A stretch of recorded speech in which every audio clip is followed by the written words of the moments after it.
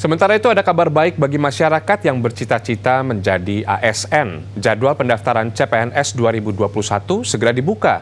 Diakui di saat susah seperti sekarang, apalagi ketika resesi melanda, tunjangan pekerjaan sebagai ASN menjadi sedemikian menarik bagi banyak orang. Namun hal ini tidak berlaku bagi sebagian yang lain. Nah, Bram Herlambang memiliki pemaparannya dalam laporan berikut ini.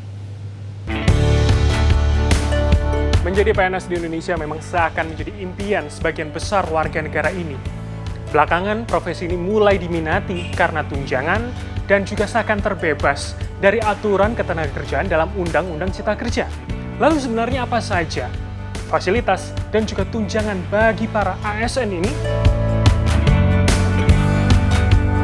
Gaji pokok PNS memang sangat ditentukan oleh pangkat dan juga golongannya. Dalam Peraturan Pemerintah Nomor 15 Tahun 2019 tentang Gaji Pokok PNS, diatur untuk golongan terendah seperti 1A dengan masa kerja 10 tahun ini mencapai sekitar 1,5 juta rupiah. Sedangkan untuk golongan 4A dengan masa kerja mencapai 30 tahun adalah sekitar 5,9 juta rupiah. Tapi itu baru gaji pokok saja, pemirsa. Ada juga yang dinamakan dengan tunjangan keluarga dan juga tunjangan beras yang dibayarkan secara bersamaan dengan gaji pokok. Besarannya mencapai sekitar 10% dari gaji total untuk istri, namun sekitar 5% untuk anak. PNS juga mendapatkan uang makan harian. Apalagi bagi PNS di tingkat pusat seperti badan maupun kementerian. Besarannya cukup beragam mengikuti kondisi keuangan daerah, antara Rp35 hingga Rp41.000 per harinya.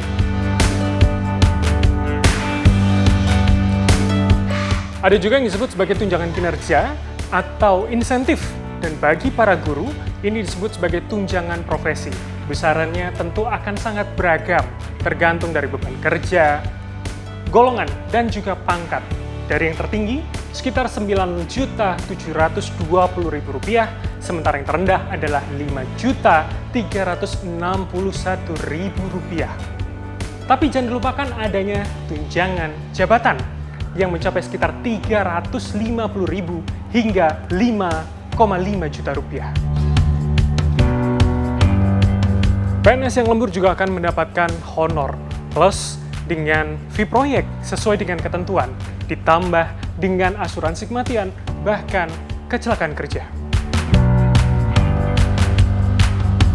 Lalu bagaimana jika PNS ini melakukan perjalanan dinas? Bahkan ada juga tunjangan bagi PNS non-jabatan atau staf biasa. Komponennya meliputi uang makan, uang saku, transport lokal, penginapan, bahkan sewa kendaraan. Nah, biasanya yang paling dicari adalah gaji pensiun atau pesangon pensiun, yang biasanya diberikan oleh pemerintah daerah maupun oleh instansi, yang besarannya ini juga ditentukan oleh kebijakan pemerintah daerah atau kepala daerah dan juga instansi yang bersangkutan. Berikutnya yang cukup menggiurkan adalah pemberian rumah maupun mobil dinas, apalagi untuk pejabat eselon seperti kepala seksi, bahkan kepala bidang instansi tertentu. Sepertinya menjadi PNS memang adalah profesi idaman, apalagi bagi calon ataupun mertua Anda di rumah. Tentu, bagi para PNS yang digaji dengan uang rakyat ini harus menunjukkan kualitas terbaiknya di setiap tugasnya. Bekerja dengan hati dan jauh dari korupsi. Bram Herlambang, Thompson, Jakarta.